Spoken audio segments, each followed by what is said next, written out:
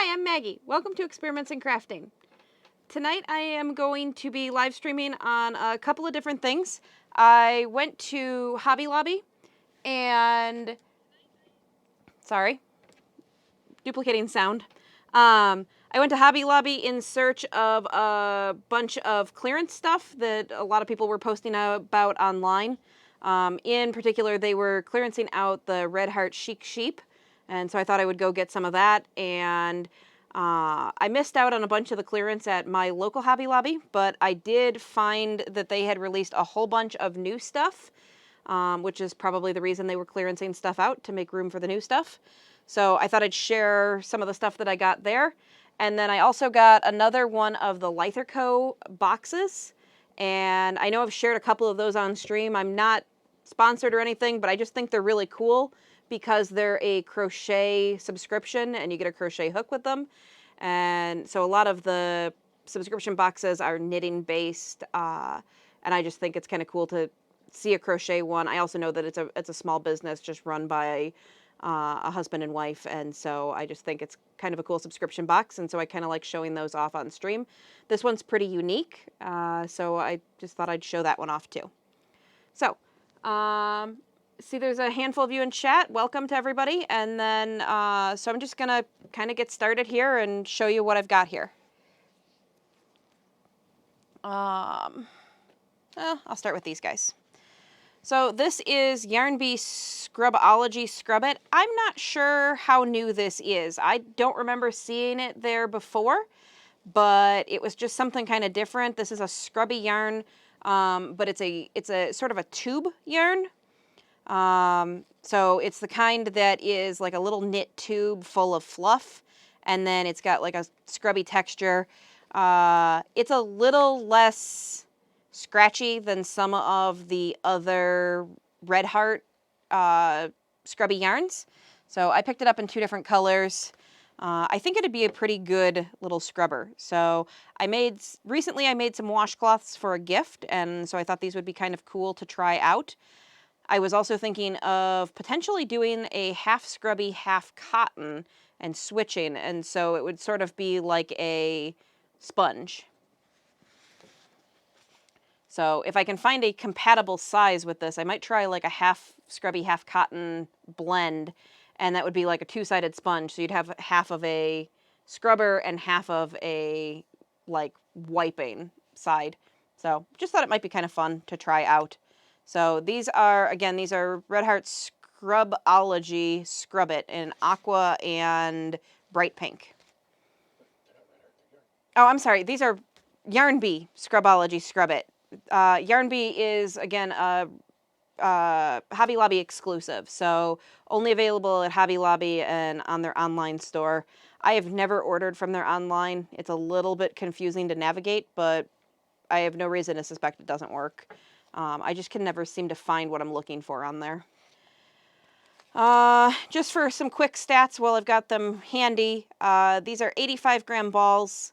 They're number 5 bulky yarn, and they recommend a 6mm hook or 6mm knitting needles. So that's those. And I think I've had requests before to always say the metric. So that's 73 meters. 79 yards, 73 meters. So I'm going to set those guys aside. I'm trying to keep an eye on chat too. If at any time during the live stream you have questions about anything, you want to see something close up, you have questions about crochet or yarn or anything in general, leave those in the live stream. I'm going to leave those in the live chat. I'm going to keep an eye on the chat and answer as many questions as I can throughout the live stream. So the next one I've got, these are ultra soft. I wish you could feel them on stream. But this is Yarn Bee Soft and Sleek DK, and it's a low pill acrylic. I think, 100% low pill acrylic. Pilling is a big problem on some of the acrylic yarns. I know for sure Karen Simply Soft has a horrendous pilling problem. It pills almost immediately. I made some leg warmers for my nieces, and they got horrendous in like a couple of hours of wear. So I'm interested to see how this holds up. It's really, really soft and squishy. It is a 114 gram ball, which is 4 ounces, 478 yards, 437 meters. They recommend a 4.5 millimeter hook, which is a 7 hook, or 4 millimeter knitting needles. So I picked these up in mink and magenta. So the mink is really a pretty cool color. It's sort of gray-brown with like white, and the magenta is pretty much one color, but it's got a little bit of a tonal nature to it. It's not perfectly solid. There are lighter and darker bits. So set these guys aside. Oh, let's see what else they've got. They had a whole bunch of these new things. They're 3 different color balls. I picked this one out because it reminded me of my Experiments in Crafting logo and the colors in it. These are called Sweet Minis. This set is called Hello Hummingbird. It is 120 grams total, so I assume that's 40 grams a piece. 300 yards total, or 276 meters. They recommend a 4 millimeter knitting needle or a 5 millimeter H hook. And this is a number 3 DK weight, as were these. These were also DK weight. So, I don't know. It was kind of a cool color palette. The thing that the reason I didn't buy as many of these as the other ones I'm going to show you in a minute is these are 100% acrylic. I don't have anything against acrylic, but it was not as interesting as the next set I'm going to show you. So this next set, I bought 3 of these because I thought they were really cool. They remind me of the Karen Pantone ones, which I've shown on stream before. The Karen Pantone ones are only available at Michael's. These ones, again, are Yarn Bee, so they're only available at Hobby Lobby. But they had these sets. There's 6 colors in each set. There's some sort of palette that goes together. You can see I've got a couple of different options here. This one I opened up and started to use, and the hook that I chose was just a little bit too big, so I need to pull this out and rework it. But anyway, I thought these were really cool, but the really interesting thing about them is they're 60% acrylic, 20% wool, 20% nylon. And so just getting a little bit of wool in there, you can just really feel the difference. They're soft and squishy. Wool generally has kind of a nice fluff to it. They usually use the word lofty. So they're a little bit lofty, and they just feel really nice. And I was kind of excited just to see some natural fiber in big box store brands. A lot of times you just don't see wool available. A lot of times cotton is somewhat available, but silk, wool, just other natural fibers, linen, you don't see a lot in big box stores. You tend to see a lot of acrylic. Acrylic holds up well. People aren't allergic to acrylic, so it's just easy for big box stores to sell. So these sets here, I have 3 different colors here, or 3 different color sets. Lavender Days, Green Thumb, and this one I put back together upside down, London Deer. So I thought they were really nice color palettes. I think they'll make a cool project. The project I started working on this was a sort of like a market bag or a handbag. But when I started working it up, I used a little bit too big of a hook, and the holes are just a little bit too... I'll hold it over background. You can see the holes are just a little bit too big. So it's not going to make a good handbag unless I line it, and I didn't really plan on it. So I need to go back and work this with a smaller hook. A little bit of stats on these guys. They are a #1 super fine yarn, which is another rare thing you don't see all the time in the big box stores. #1 super fine yarns are generally kind of hard to find. This would also make a really, really good set for a shawl.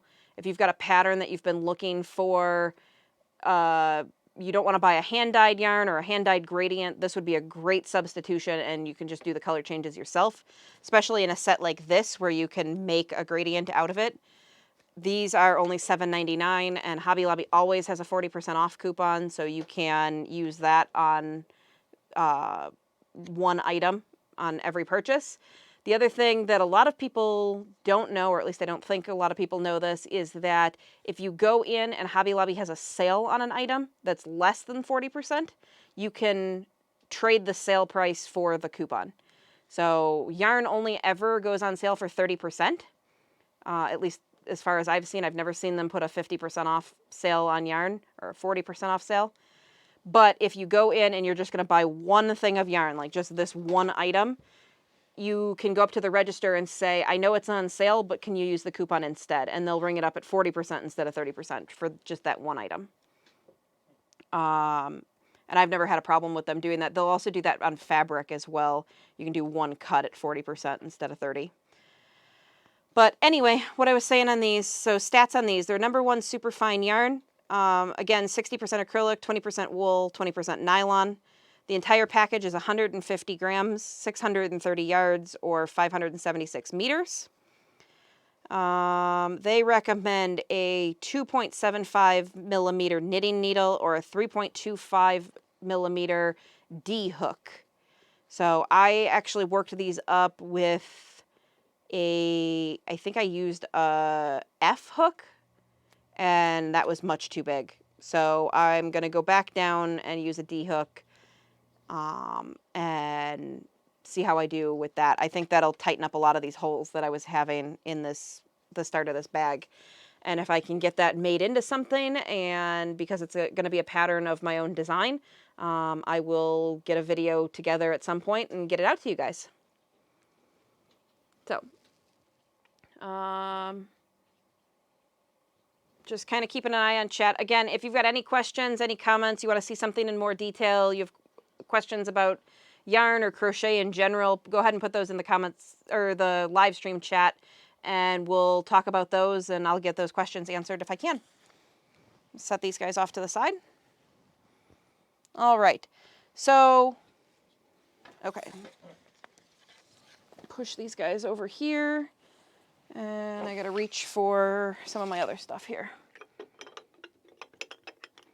So, one of the things that I was most interested in when I was at Hobby Lobby was they had an end cap covered in all sorts of Yarnology, which is their yarn accessory brand. So it's like hooks and stitch markers and all sorts of things like that. Knitting needles, all of that. Anything related to yarn, they have this Yarnology brand. And so on the end cap, they had a whole bunch of Yarnology stuff, and it was all, I don't really know a better word for it, but like tchotchkes with yarn theme. So this was a cute little dish with a lid. It's a ball of yarn and some knitting needles stuck in it, and I thought it was super cute. I really like to have a place to put stitch markers and a lot of times my rings. If I'm working on a project where my yarn keeps catching my rings, a lot of time I'll take them off and put them in my stitch marker dish. And so this is just a cute little dish. This was $5.99, and it's just a little ceramic dish, but it was fun to see something yarn related in the store. A lot of times you just don't have a lot of little knickknacks that are yarn themed. So I got this guy. I said originally my intent was to go and buy clearance items. I knew they were having a big clearance sale, and so that was my intent. I went there looking for clearance items, and I didn't find almost any clearance yarn that I wanted to buy or hooks or anything like that.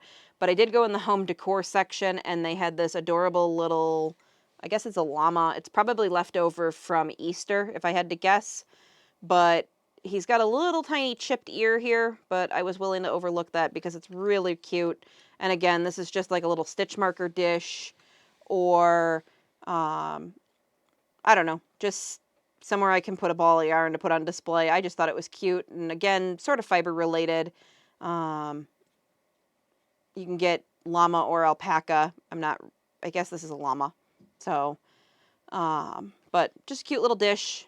I got this on clearance for $1.99. I don't know if it was clearance because he's got the chip ear or if it was clearance because it's left over from Easter, but it was cute, so I bought it. The next thing that I found that I thought was really cute was also in the Yarnology section. These were $8. They were clearly part of a new like display, so I think these are brand new product. They are measuring spoons. It looks like I got a quarter teaspoon, a half teaspoon, a teaspoon, and a tablespoon. And they each have a yarn ball, and then down the handle there's a little bit of string coming off. And I don't know, I thought they were really cute. I probably will not use these in my kitchen because I don't want to chip them or damage them, but it does say that they are food safe, so you could use them in the kitchen. They're not just for decorative purposes. This last one with the tablespoon says never enough yarn, and I don't know. I thought they were really cute, and I like little knickknacks and stuff to put around. So anything yarn themed was kind of cool in my book.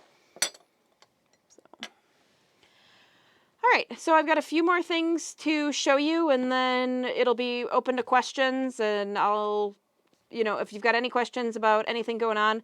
I do apologize that we switched nights on live streaming. I've been trying to live stream on Tuesday nights, but yesterday kind of got away from me, and by the time I was ready to stream, it was really too late on the East Coast and really even in the Central Time Zone where I'm at. Probably anybody on the West Coast or around the world might have been all right, but we just opted to move the stream to tonight. So maybe some different people were able to join us because of that, but hopefully those who weren't able to join us tonight can pick this up on when it just goes up onto the channel. All right. So also on that end cap, they had a bunch of different bookmarkers. These are magnetic. They're double-sided so that you can clip them around a page. They'd be good for holding your place in a book, like a pattern book. But I plan on using them. I have a notebook that I use for making notes on patterns, and then also a notebook that I use for work, and I always have a hard time finding my next clean page. I've got to kind of flip through the thing. It's spiral bound, so it doesn't hold a crease or anything. So I plan on using these for that. The one that I picked out, they had a bunch of different options in these, but the one I picked out, this one says Hello Love and a yarn ball. This one is a llama or alpaca carrying a whole basket of yarn. I think this one's a llama, this one's an alpaca. This one says Fiber Fanatic, and this one says Rise and Skein.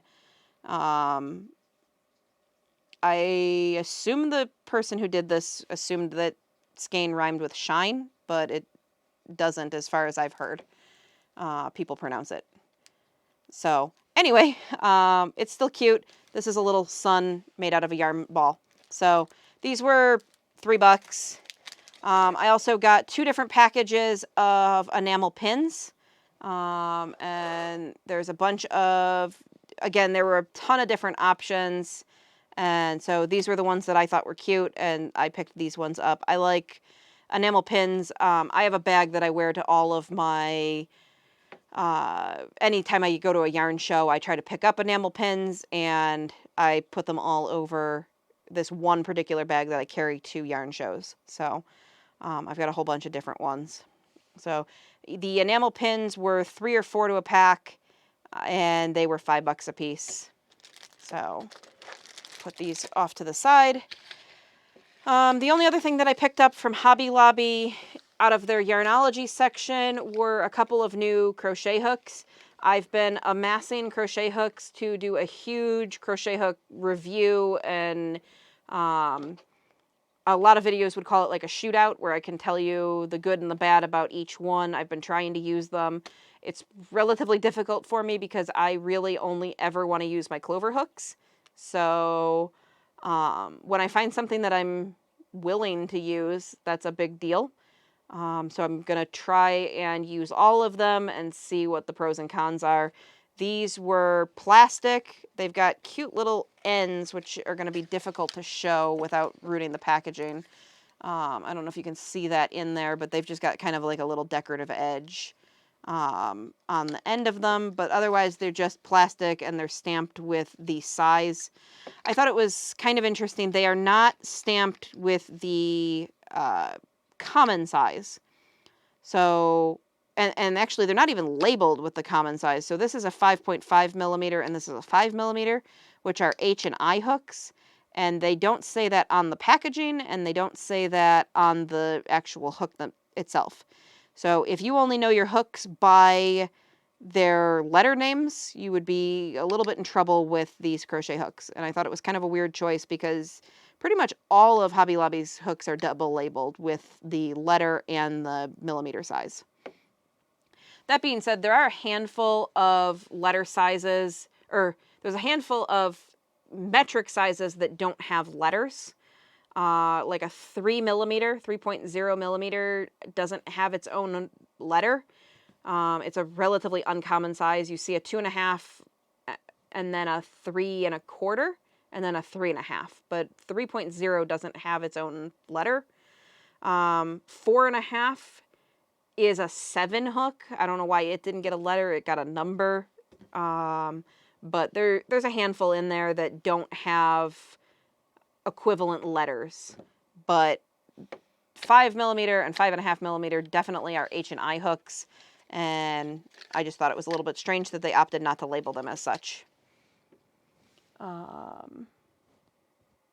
Chad said that the alpacas are adorable. I thought so. I like the, I don't know, I like having some stuff that's alpacas and llamas and lambs just because it reminds me of fiber stuff and they're cute to decorate with.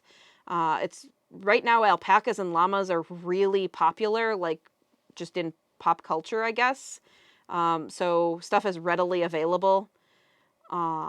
So I don't know. I've been picking it up as I find it on sale just to decorate my craft room. Because eventually I'm sure they'll go out of popularity again. But right now it's stuff that's readily available. So I've been picking it up.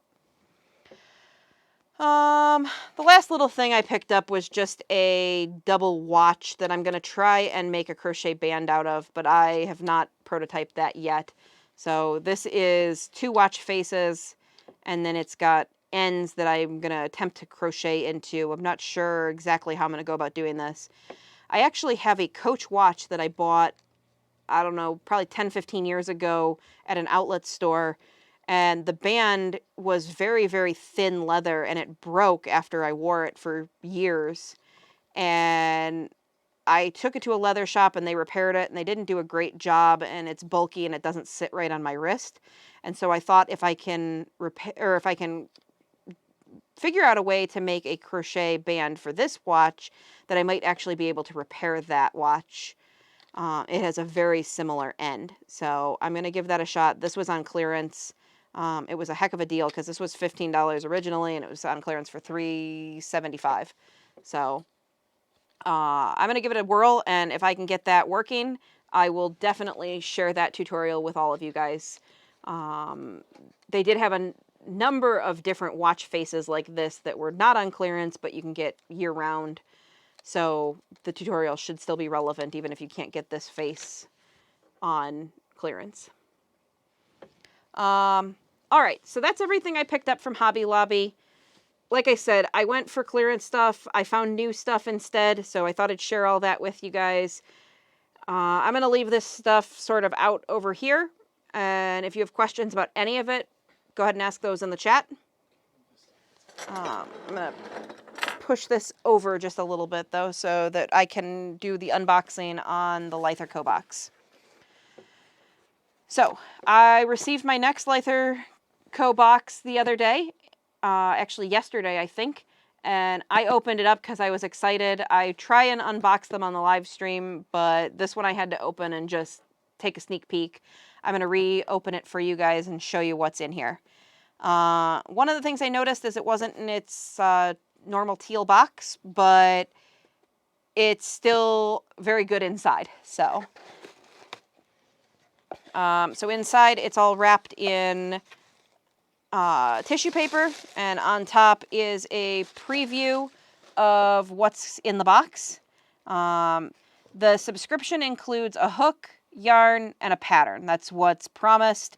There's also a secret surprise or a special item in each box as well. And those have all been really cool little items, ranging from scissors to hand lotion, stuff like that. So, this is just a little preview card. I'm going to start with the hook. So these hooks originally were completely hand-turned, and now are hand-turned with a metal hook set in them. And I think I like this a little bit better. The hooks feel like very nice quality. The handles feel amazing. They're definitely... well, I can't say definitely. I shouldn't say definitely because I don't own a hand-turned wooden Furls hook. I do own other Furls hooks from some of their cheaper lines. And they're nice, but this one just has some intrigue about it because it was hand-turned by, somebody rather than machine-made. All of my Furls hooks are definitely cast hooks. They're epoxy or something similar. So this one's just kind of interesting. This is a 3.5 millimeter crochet hook, and it is labeled on the bottom as such. 3.5 millimeter would be an E hook. Next is the yarn. The yarn is called Blushing Sage is the name of the color. It is a DK weight yarn. 100 grams, 231 yards. And it is a really pretty, like, dusty rose color mixed in with sort of a, I guess sage it's called Blushing Sage. So it's basically a blush color and a sage color with a little bit of gray and a little bit of natural yarn. It's really, really pretty. And then I noticed that there was a little bag of fluff, and it's got some safety eyes and a little very short piece of gray yarn. And so I wasn't quite sure what the deal with that was until I got to the pattern. And the pattern is an adorable little llama lovey. So it's just, they intend for you to make a small blanket, which is a lovey, and then you make the ears, the arms, and the head all out of the same yarn. They included the stuffing for the head and the safety eyes for the llama, and then the little gray is to make the mouth and sew that in. So you didn't even have to provide your own accent yarn or anything. She included everything for the pattern. And then the special little gift here is a little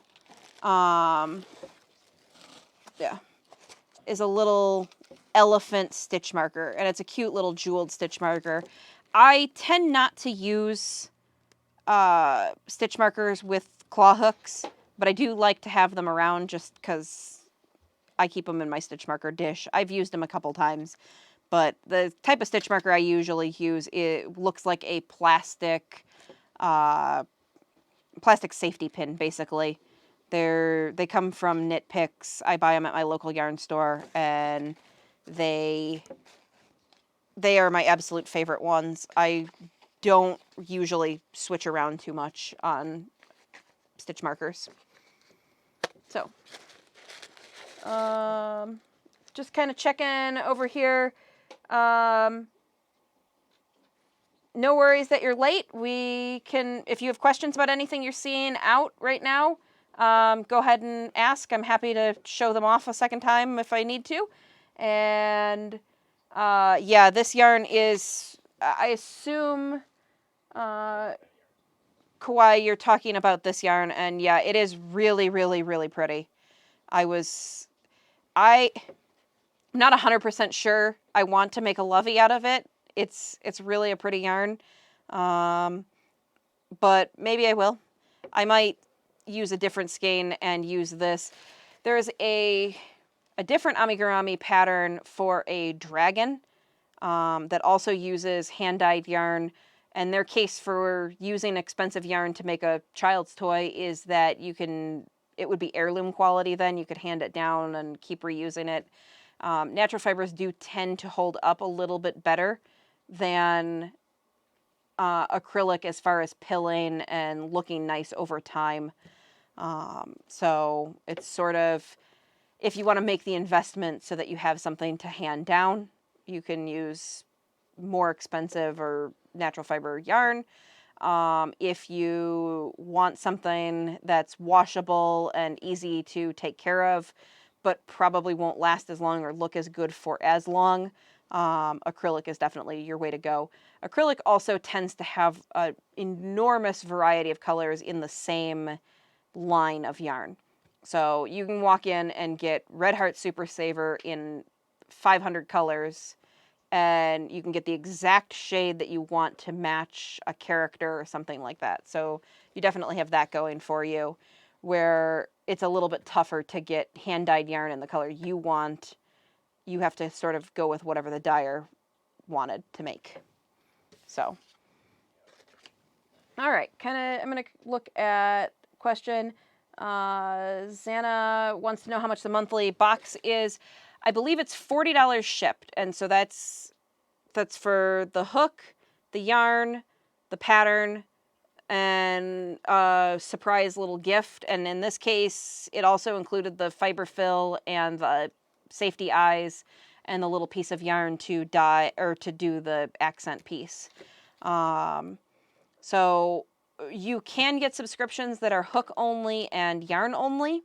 And again, I have no affiliation with them. It's just, I think it's a cool box because it's a crochet box.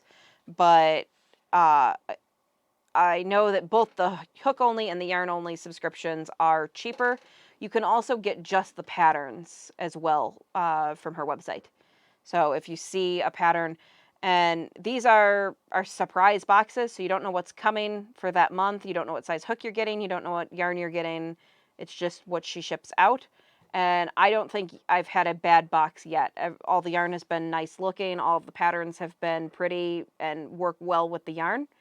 It's kind of a cool concept because she does the patterns herself. She can control the yarn and the pattern, and like everyone's going to get the same yarn and everyone's project is going to work up the same way. And I think that's kind of a cool thing because a lot of times designers will make a pattern and they intend it to be used with a gradient and they don't really know what it's going to look like, or if it's going to look a little funny with something like a solid or a speckled or something like that. It might obscure the pattern and then people aren't as happy with it and they can't really control what yarn they used. So this is sort of like a controlled little thing where the pattern and the yarn and the hook all go together and you've got everything to do the complete project. So, yeah. So that's really all I've got to show you tonight. If anyone has any questions, comments about anything that they saw here, crochet related questions in general, we did release a new video this week. It was the standing double crochet or the chainless turning double crochet video. So that's out there and available. A handful of people had asked for that in the past on live streams. So any of you who are watching, that is out there and available for viewing. We should also be releasing very shortly another tutorial on the interlocking shell stitch. I showed that blanket, I think, last week on stream, and so that should be out and available very shortly. It's a really cool stitch. It works up really dense and squishy upstairs in the nest. So my husband's running to get it so I can show it off one more time, but that video will be available later this week. So, looks like there's another, Kawai's just mentioning that he or she loves the standing double crochet. I agree. It's how I turn all of my projects if I can help it. There's occasionally a reason to chain instead of double crochet, but it's very, very pattern specific. This is the interlocking shell stitch that I was just mentioning.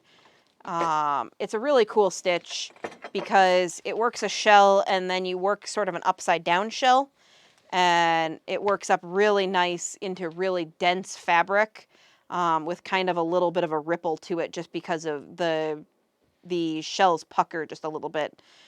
I believe that'll come out with a little blocking if you don't want them to pucker, but it works up really cool. I have a tendency to like these really dense crochet stitches with relatively few holes. I think they don't really look like knit, but they remind me more of knit blankets. Baby blankets can be lacy, but generally they're very dense and warm. Not that crochet ones with like a lacy pattern aren't. They just look a little bit different. So, yeah. So this video is coming out, should be later this week, and will be available for everybody then. If you have any questions about future videos, if you have suggestions about future videos, I'd love to hear those. The standing double crochet / chainless turning double crochet was directly from these live streams. So it helps me prioritize and come up with ideas so that I can get out videos that you guys actually want to see. So your suggestions are greatly appreciated, and hopefully I'm getting videos out that you guys actually want to see. So, yeah.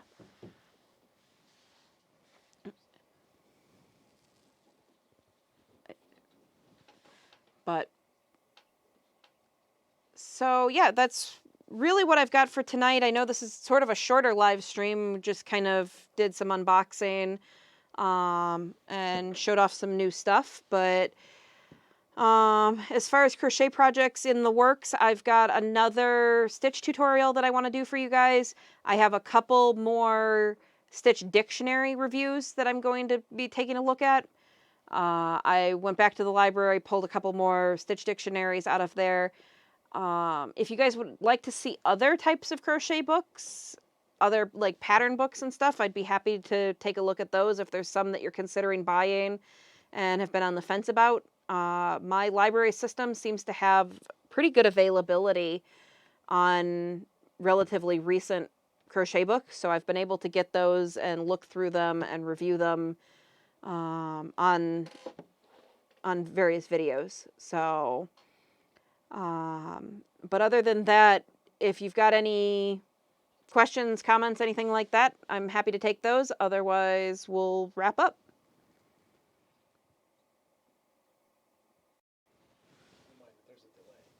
Mm-hmm. Yeah.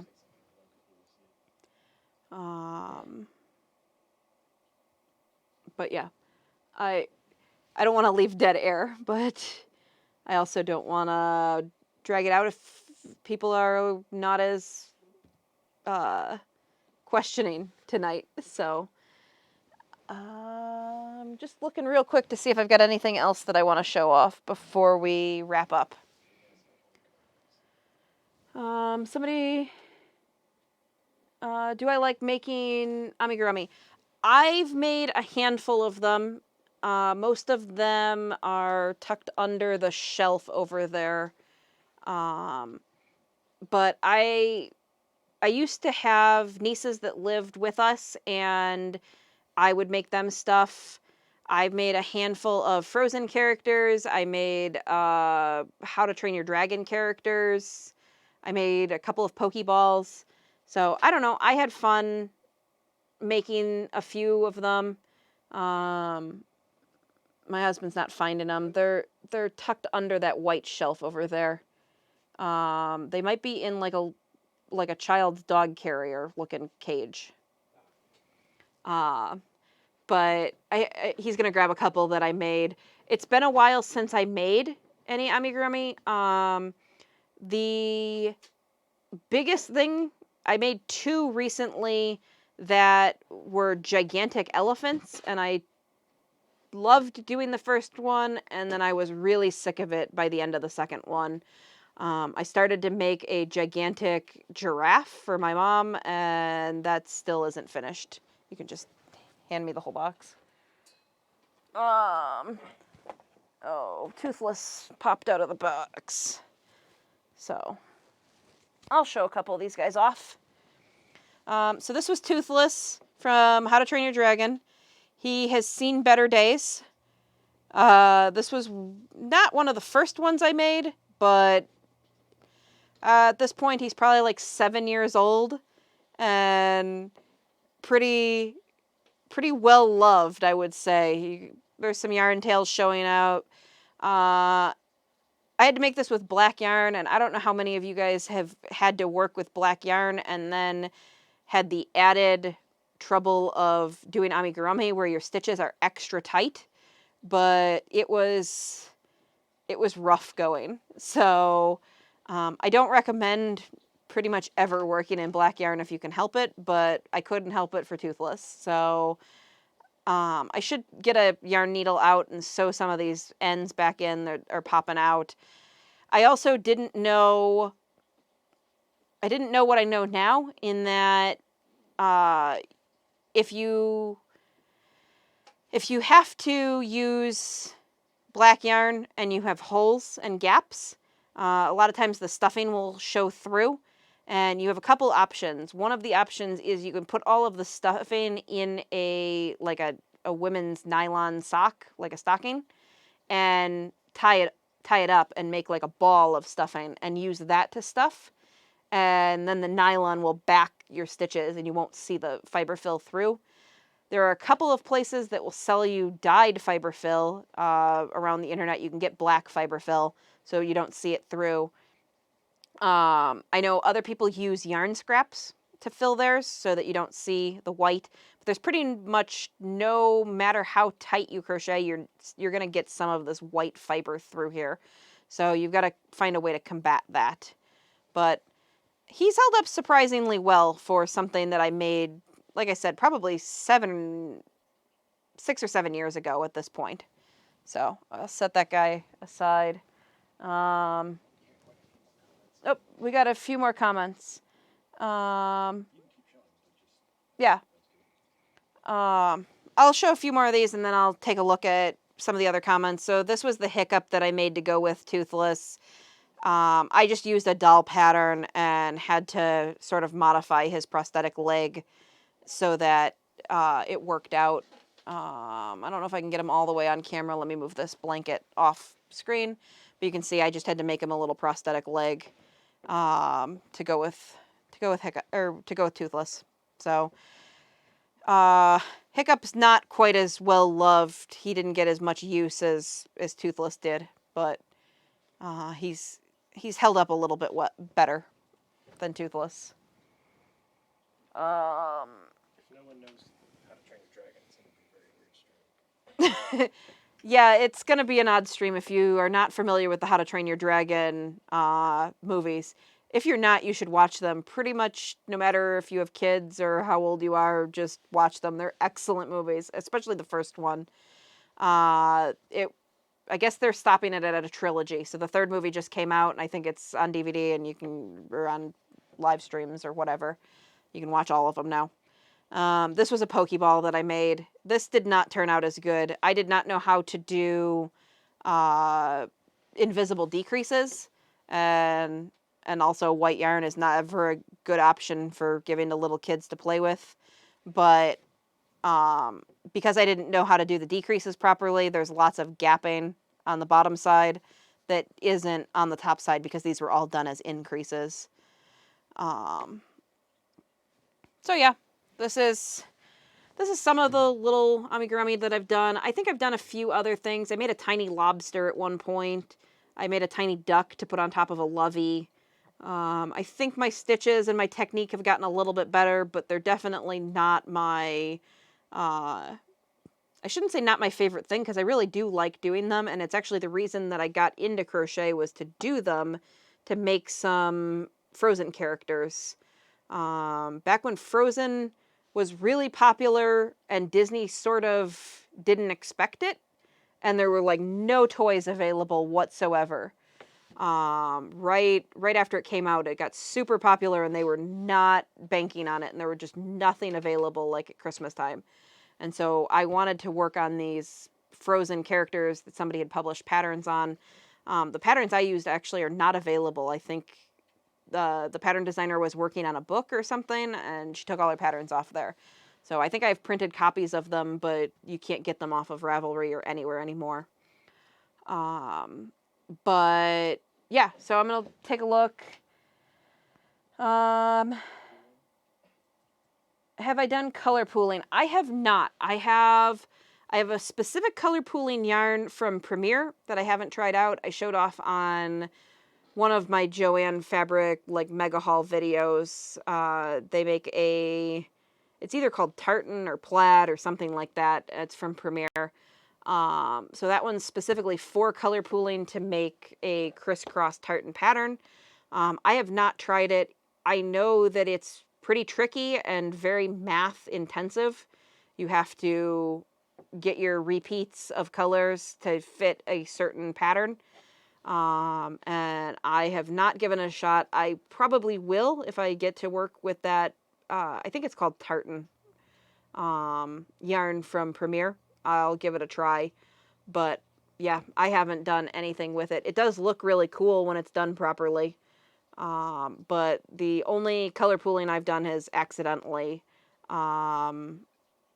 Occasionally you'll buy a hand-dyed yarn or a yarn with a pattern, and you'll accidentally get color pooling, and it usually is more of a mess than it is really cool tartan or plaid patterns.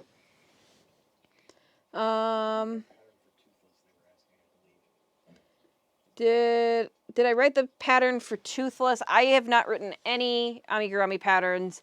I find it almost always better to let somebody else work those out and tell me how to do it. Basic patterns, I'm starting to get the hang of. I really haven't delved even into like shawls or anything like that as far as pattern design. Wasn't the Bill Lobster yours? No. I guess I did make a Junimo from Stardew Valley without a pattern, but a Junimo is basically a ball with eyes. So I did that without a pattern because the pattern didn't exist, but it was just a ball with eyes. So and I think I made like a pipe cleaner little needler on the top of them because that's what they have. But yeah, other than that, I have not done any amigurumi pattern work myself. There's a lot of complicated shaping that goes into it, and getting the decreases in the exact right spot, exactly where you want them, and I leave that to the professionals, the people who can see that in their head or model it or whatever they do to get the shapes just right, and let them tell me how to do it. Amigurumi are also one of the patterns that I have no problem paying for because they must just be an immense amount of trial and error and work for the pattern designer. So I will pay for the best one I can find and the best looking product, and know that mine is never going to look like that, but try really hard to get it to look like that. So let's see, who else?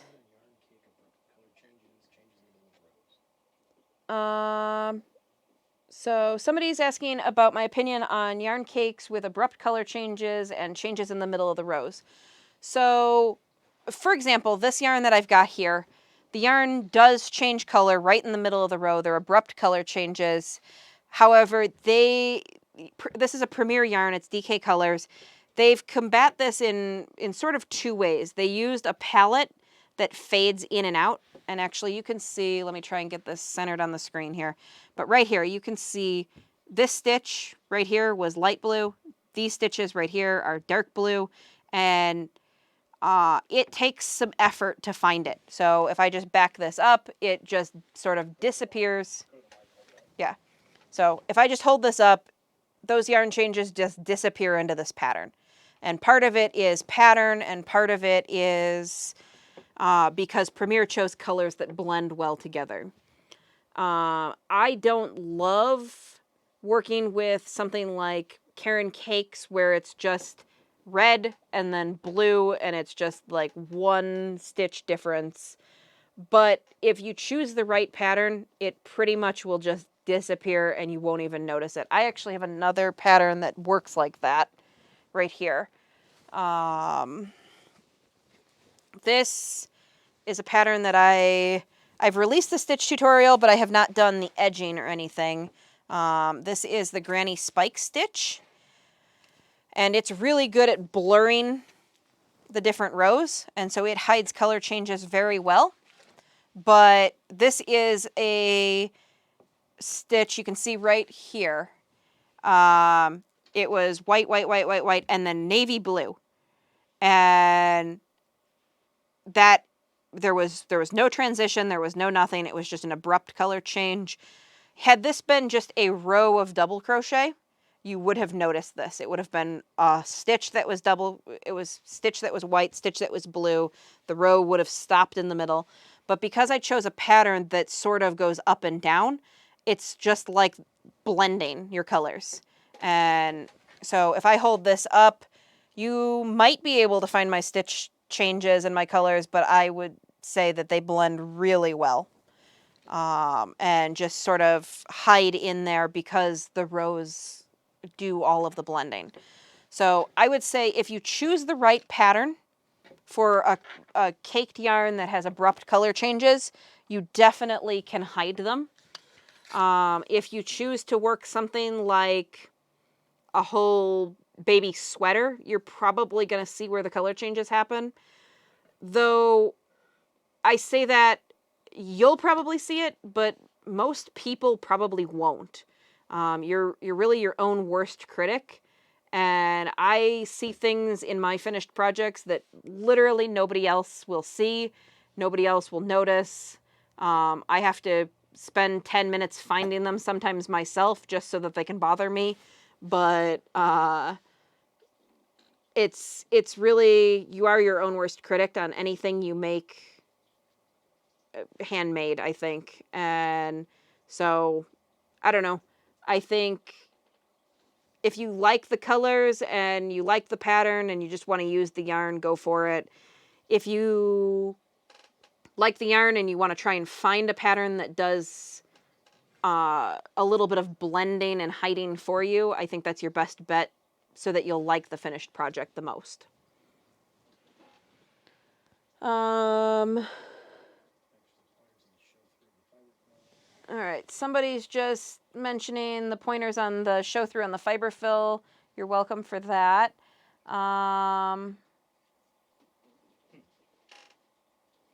Yeah, so Momo's mentioning that if you start with amigurumi and then you switch to normal projects, it can be harder to release your tension. For those of you who haven't worked amigurumi, which are these little characters or shapes, you have to crochet really, really tight in order to get your stitches tight enough that your fiber fill doesn't show through. And also so that it holds its shape and holds structure without any backbone, I guess. So you can put wire in and make like bendy arms, but generally you're just relying on the stitches to hold the shape, and then you just pack enough stuffing in there to shape everything. And in order to do that, you have to crochet very, very tight. My biggest recommendation, if you find that you're crocheting way too tight to meet a gauge, just keep going up hook sizes. That's really the easiest way to make bigger stitches, is to use bigger hooks. But the other thing, I always found myself, because on a amigurumi you can tighten your stitches wherever you really want. I always found that I tighten my stitches in the throat of the hook. So on a crochet hook, you have in here, you've got this tapered throat portion, and this is true of both the boy style and the Susan Bates hooks. You've got a tapered portion, and then lower down you have a shaft of your hook, and you should be tightening your stitches down here. But on amigurumi, I always tightened mine all the way down here because you'd get much tighter stitches for the same size hook. So one of the things that you should make sure if you're suffering from really, really tight stitches, that you're not tightening your loops over here. You want to be down here. This is the part, so this is a 5mm hook. This is the part that's 5mm. Yeah, I can show that real quick. Let me pull a hook out of my bag here. I've got this yarn available here. So if I'm getting ready to crochet here, I'm going to put a single crochet. Let me clear some stuff off of here. And so here, I'm going to insert my hook here, drop a loop, and I want to keep my loop back here on the widest part of my hook, not down here in the throat. Yarn over and draw through. And again, we're sizing this loop off this end part. For amigurumi, it's really easy to get really nice tight stitches down here on the end because you can really cinch them down. But if you're always making your loops down here, they're going to be way too tight for regular, just flat crochet.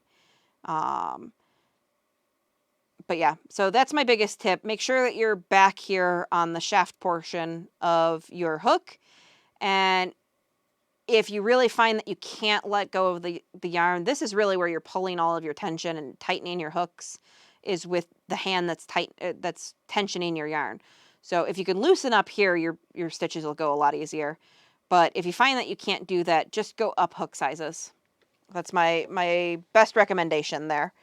It is difficult to switch back and forth. I find if I work on blankets and scarves and stuff for a really long time, it's harder to switch back to amigurumi. And also thread crochet. Thread crochet, you've got to work little tiny stitches with kind of a very rigid yarn. Mercerized cotton is usually what you make like doilies out of, and it's very unforgiving, and so you end up working with really tight hands. Both of those, if I switch back and forth a whole bunch, I have problems with my tension for a little while. And yeah, making sure that you're making your stitches properly on your hook and then going up hook sizes so that you meet gauge is really the best I can offer you.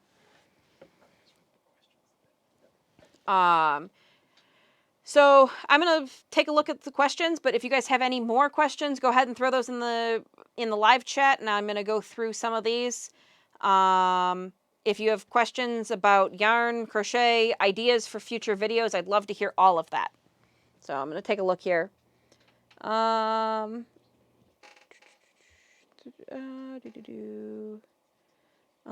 Somebody's just mentioning that they like my hair. I get a lot of comments on my hair, and it's a lot of upkeep, but I don't know. I really enjoy having purple hair. I don't know. Thank you.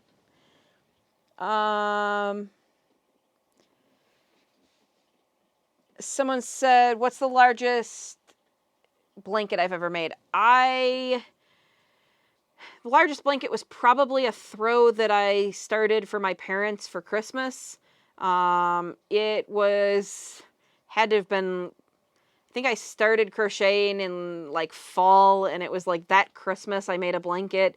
It's really bad. I actually took it back to finish it, and I haven't finished it because after a couple of months I had improved so much that I can actually see like a billion flaws in it. Most importantly, I lost like a half a dozen stitches at the end of the blanket, and so it's actually like a trapezoid shape. It's made out of Bernat blanket yarn though, so as far as number of stitches, it's probably not really that big of a blanket. I've never attempted, you said you're working on a twin bedspread, and I've never attempted anything that large.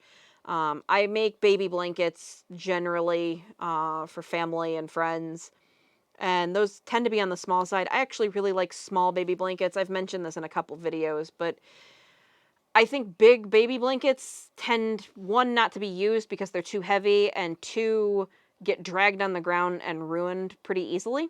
So I try to make my blankets a little bit larger than car seat size. So something that would comfortably cover a baby or a toddler in a car seat. But really nothing huge. I get bored easy, I guess. I probably have, I don't know, 8 or 10 half-started projects hanging on the wall in project bags. I have 4 or 5 going for videos at any given time. So I like to start projects and change what I'm doing. So, I wonder what they're using to make the blanket. um, Corner or something that yeah. fast or slow. Out of curiosity, Xana, what are you using? Like, what pattern are you using to make the twin bedspread? Are you using corner to corner, or just a straight double crochet, or something interesting? I really want to try a blanket made out of squares. I'm trying to think of the name of the designer. It's the same designer who made the Sophie's Universe blankets, which were that if you were online like 2 or 3 years ago, they were literally everywhere. It was the only thing you could find on Reddit crochet were people making these Sophie's Universe blankets. And they start out and they change different patterns and different stitches all the way through the blanket. And a lot of people made them in a bunch of crazy colors. And so the same designer has a blanket called Charlotte's Dream, which is a really simple, classic looking square. It's made with the sheep's or sheepies yarn from, I think, the Netherlands. Deirdre Use, or I think Deirdre Use is who's finding. There's a brand name, I think, that she designs under. But anyway, she's got this Charlotte's Dream blanket, and it's 12-inch squares, so 12 inches by 12-inch squares, and you make, I think, 12 of them, and you put them together in a 3x4 blanket. And I've really wanted to start that. That's actually what I bought this Good For You yarn over here, this Clawda yarn. I bought to start making that blanket, and I just have not, just haven't started in on making those squares. I did the center of one of them and then got wrapped up in a whole bunch of other projects. So I think it's kind of cool to try and do one 12-inch square however often you can, and eventually over time you'll end up with a blanket. That appeals to me a little bit more, I think, than working rows back and forth for probably months at the rate that I get to crochet. The other thing is when you work squares like that, you can take a square with you. Once your blanket gets to be a certain size, you really can't travel with it. Actually, this blanket is really too big for me to take with me anymore. So I've been leaving it at home, and it needs like one row finished and a border put on it, and that's all that's left to finish this off. I just have to decide on a border that I think you guys will like so that I can do a tutorial for you. Um,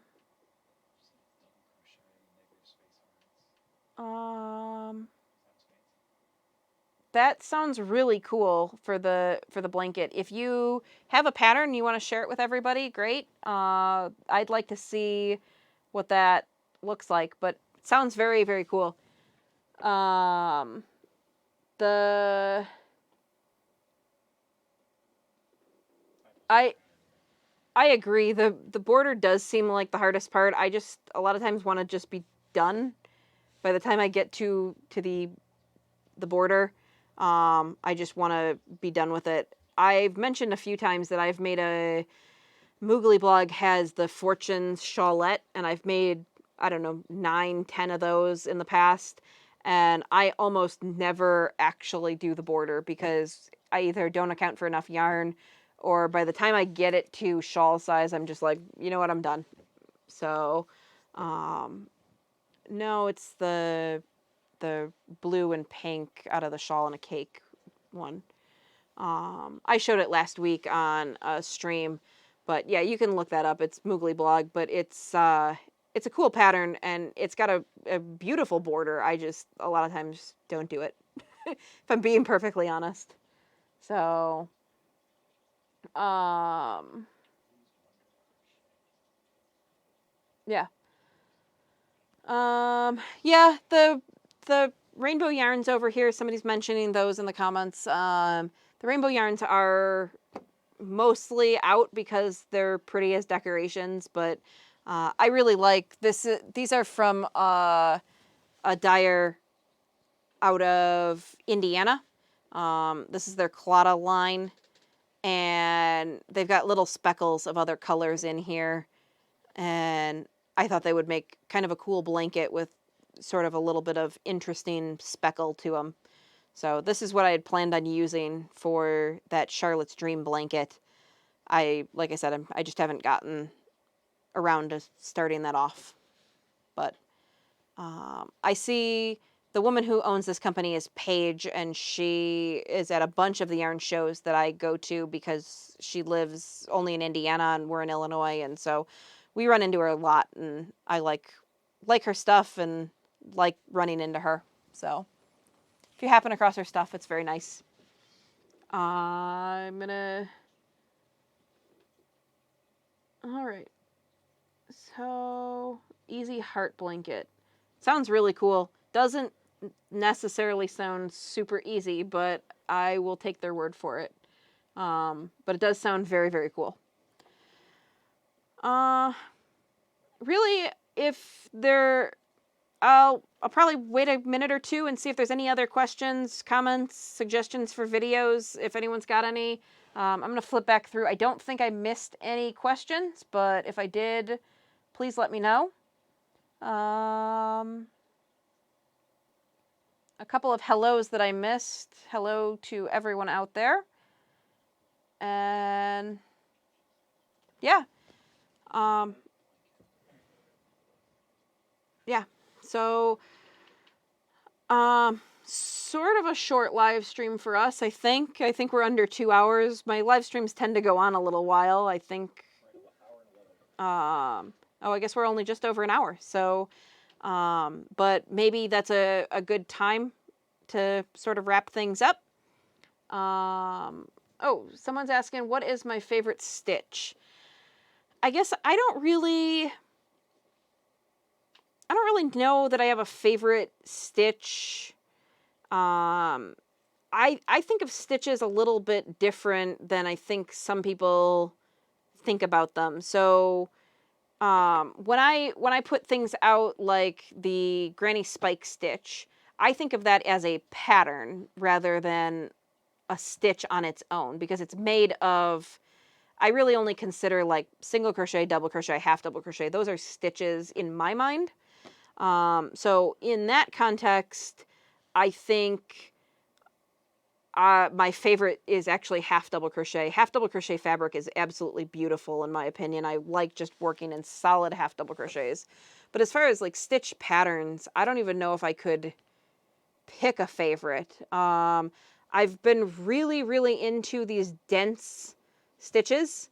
So both the interlocking shell and the Granny Spike stitch work up really, really tight packed and have no holes. And I think that's really cool.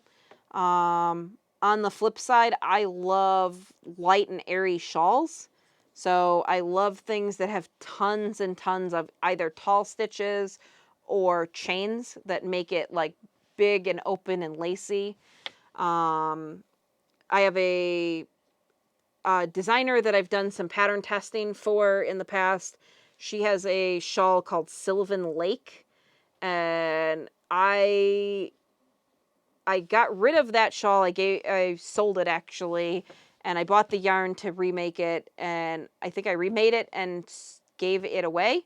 And so now I had to buy a third ball of that yarn, and I absolutely love how this shawl turns out. I haven't remade it for the third time, but it works up really, really open, and it's the pattern is full of chains, and so it works up really open, and you get this like really cool giant open shawl out of just a 100-gram ball of fingering weight yarn. So I don't know that really answers your question, but I guess right now my favorite stitches are these really tightly packed dense baby blankets. You can see the Granny Spike stitch is one of my recently released videos, and the Interlocking shell stitch video will be coming out later this week. And so if you like either of those stitch patterns, you can check both of those out. What do I think about herringbone half double crochet? I really like the way it works up. I don't really care for working it up. For some reason, so when you work herringbone half double crochet, and correct me if I'm wrong, you yarn over, insert your hook, draw up a loop, and then you yarn over and draw through one and drop it, and then you yarn over and draw through all of the loops. And so you drop this side loop, if I remember correctly, and for some reason I cannot get that pattern to stick in my brain. Even though it's like the same thing over and over again, that motion just doesn't come naturally for some reason.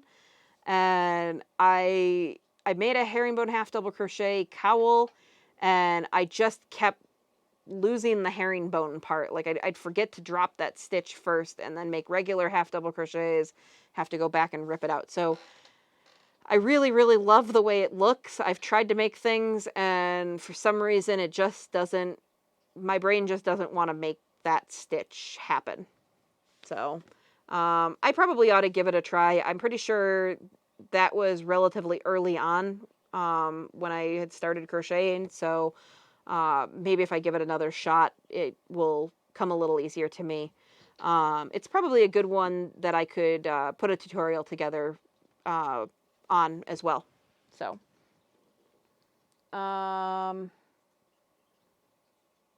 who's the designer? The designer on the Sylvan Lake shawl is Rachie Newen Designs.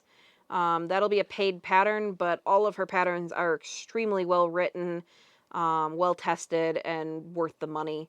I don't mind, and I often recommend paid patterns. I never mind paying for a pattern. Designers, it's up to the designer. There's two different ways that they can get paid for their work. They can put it up for free and use advertising revenue off of their blog or off of their website. Or they can just put it up on Etsy or Ravelry and charge for it. I don't really begrudge either style. Free patterns are great. Paid patterns also great. And so I guess like I said, I don't mind paying for a pattern as long as it's worth what I paid for it. Meaning that I get a little bit upset if I pay for a pattern and it's poorly written or poorly edited, or yeah, like the math doesn't work out. They didn't really edit very well. Also, I tend to find that with paid patterns, the pattern designer is a lot more willing to help you. So by that I mean, I'm positive that if you need help on, for example, one of Rachie's patterns, you can go to her crochet group on Facebook, and there's a whole community there that will help you. She personally posts several times a day to help people out with sections that they don't understand. She's always really appreciative of like feedback, and I find that to be true with most designers who have paid patterns.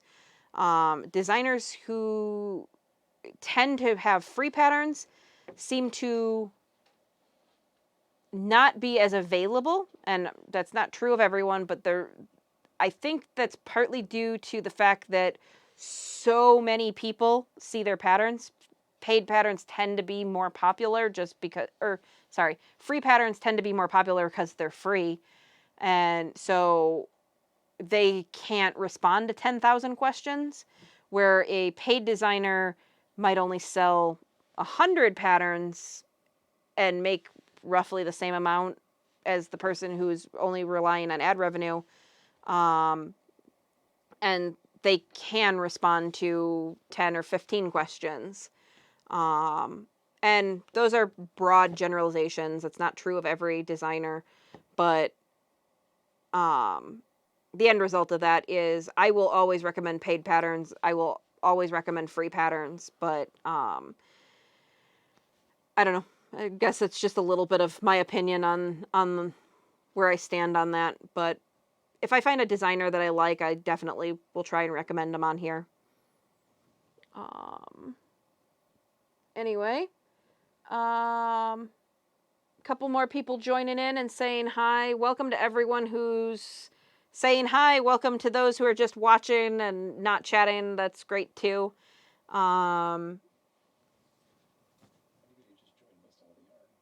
What's that? Yeah, unfortunately, anybody who just joined in the chat sort of missed all of the unboxing that all of the stuff that I bought at Hobby Lobby. Also the Leither Co boxes and a bit of the chat. But if you have questions on anything you're seeing on the table, I'm happy to answer those, or yarn questions, pattern questions about pretty much anything in general. I'm happy to take those. And if you stick around, the video will process and go up, and you can rewatch and see all of these different yarns that are on the table here. So you won't miss out totally, because YouTube will get the video up in a couple hours. But yeah. Somebody's saying please give a thumbs up. That would be greatly appreciated. Subscribing to the channel is also greatly appreciated.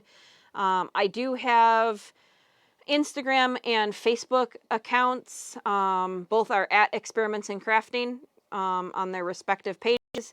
I'm putting together a Twitter account. I have the account. I don't know where you guys get most information. I use Twitter a little bit differently than most people. I don't usually use it as a social media platform. I sort of use it to contact companies.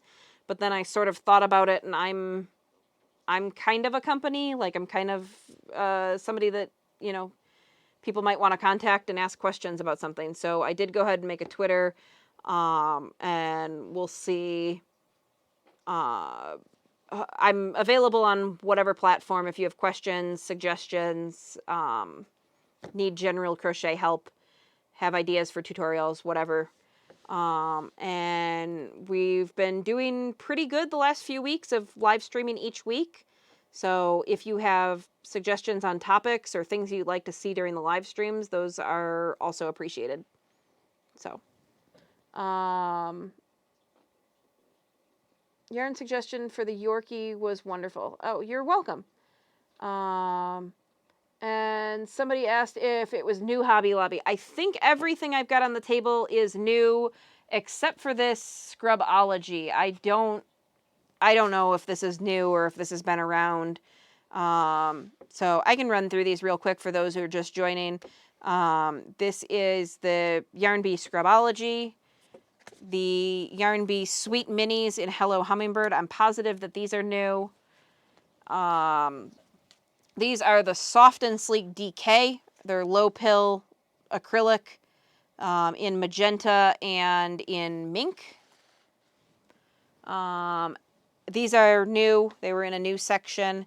And then this Pigment Plus Fiber, which couldn't really be any more blatantly trying to be Karen plus Pantone. Like, they're very, very clear. Pantone does pigments and Karen does fiber. They're clearly trying to do sort of a spoof off of that, but they did a really nice job in picking colors on these without Pantone. And so I've got these guys, and then I got a whole bunch of little knickknacks and trinkets that I showed off earlier on the stream. And Hobby Lobby's got a whole bunch of new like I said, like trinkets. They've got enamel pins that are all targeted towards yarn people. I'll move them over here. So I've got enamel pins, and they've got magnets for page clips. And then I picked up a couple of little knickknacks here. A little llama guy who's got a broken ear, a yarn ball, and then these super cute measuring spoons that are actually food safe. So just a quick little run through, back over what we talked about earlier for those of you who just joined in. If you want all of the fiber content details, all of that, when the video processes and is up, that will all be available. I don't want to run through that for those who've been in since the beginning. So, again, questions, comments, suggestions, all appreciated. Just throw those up in the live chat, and I'll take a look at those and try and answer them. Otherwise, yeah, we'll wrap up, and I'm going to try and stream again next Tuesday. So I've been the last 2 weeks I've streamed on Tuesday night. Yesterday I just didn't get everything ready in time. I do work a full-time job, and so by the time I got home and got dinner cooked and everything, it was just really too late for anybody on the East Coast or the Central Time Zone to really join in on a live stream. So I'm going to try and stream again. We've been able to stream roughly at 8 o'clock Illinois time, which is Central Time, which is basically about when we can get the stream up and going. So hopefully you'll join us next week on Tuesday. I'll try and let you know if I won't be streaming. I've been using the community tab on YouTube a little bit to try and send out notifications. I really don't understand how it works at all. I'm not even sure YouTube understands how it works. But I did put a poll up 2 weeks ago, and people did vote, and so you guys are finding it, I guess.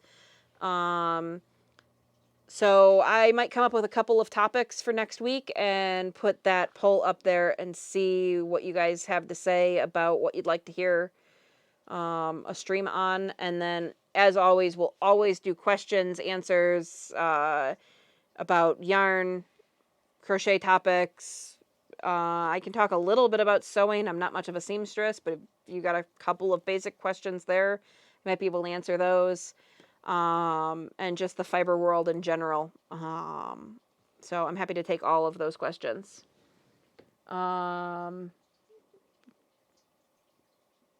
I Bring It mentioned that the spoons are interesting. I thought they were really cute. I'm not planning on using them in the kitchen, but I might find a way to display them. A couple of years ago, there were these really, really ornate plastic crochet hooks that were shipping likely out of like China. You could get the whole set for like $8 or $10, and they've got these big swooping decorative ends to them. And I really wanted to make a shadow box out of them with some sort of display to put on the wall. And all of the pieces are sitting in a closet next to me. I haven't figured out exactly how to do that, but if I figure out how to do that, I may do something similar with these yarn spoons and sort of splay them out and hang them up, or just hang a hook and hang them from them sort of splayed out. But I think they're cuter as a decoration than they are for actual measuring. I tend actually not to care for ceramic measuring spoons. I have a set, and they really don't fit in any of my spice jars or anything like that, but they are really cute with their little yarn balls, and then the largest one says never enough yarn. So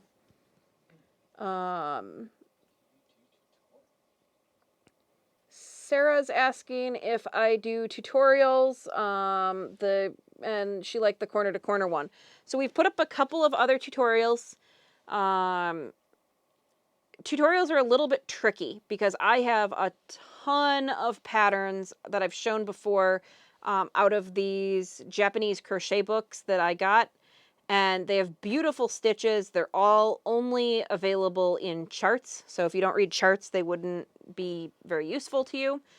But the problem is that they don't have names. And when I put them up on YouTube, if they don't get a certain amount of views, then they get harder and harder to find. And so I've put up some tutorials with names. Yeah, so just a few weeks ago, maybe not even a few weeks, I put up this tutorial. This is the Granny Spike stitch, and it's a really pretty dense stitch. You can use it for whatever you like. I'm working on a baby blanket, but you could easily adapt it to a scarf, or really the tutorial shows how to work it flat. If you wanted, you could definitely adapt it so that you can work it in the round and make like a headband or a cowl or gloves. But it would be very easy to make in a washcloth, a baby blanket, a scarf, anything like that worked flat, just off of the tutorial. So this one is up on my channel and is readily available. I also have one coming out for the interlocking shell stitch, which I showed earlier, and I will show again. Trying not to knock my drink over here. So this is the interlocking shell stitch. And this is, again, is a really pretty dense stitch.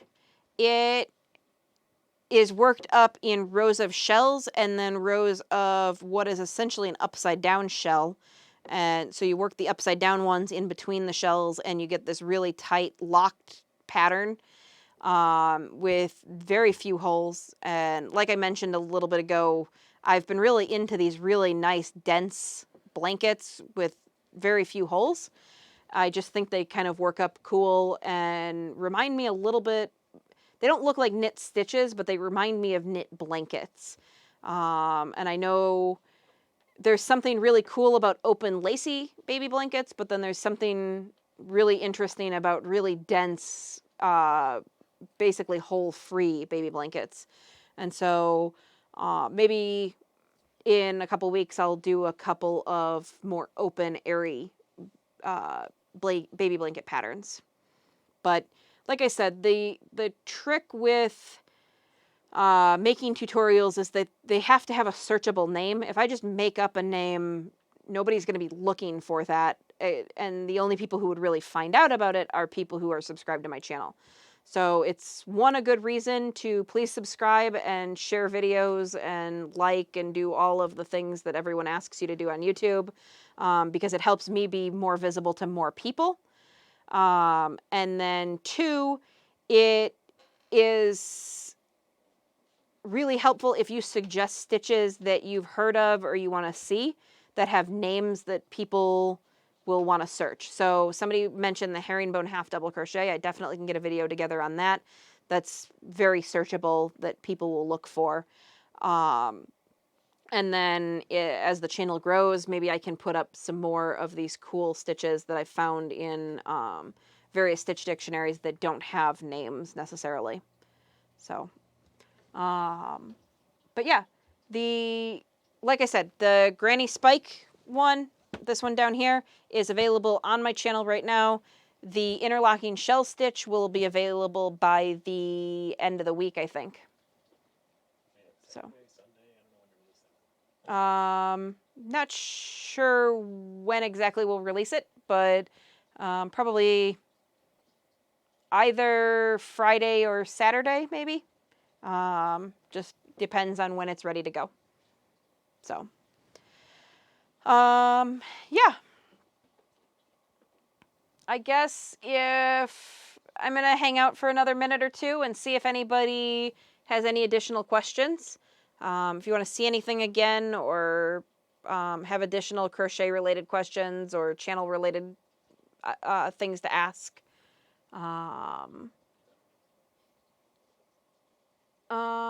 MJ says, just found that I was live. Unfortunately, we're just about wrapped up, unless you've got any quick questions. just doing a little bit of unboxing from Hobby Lobby and Leither box, and showing off a couple of upcoming patterns. But the video it takes YouTube a little while to process. I don't think it's available immediately.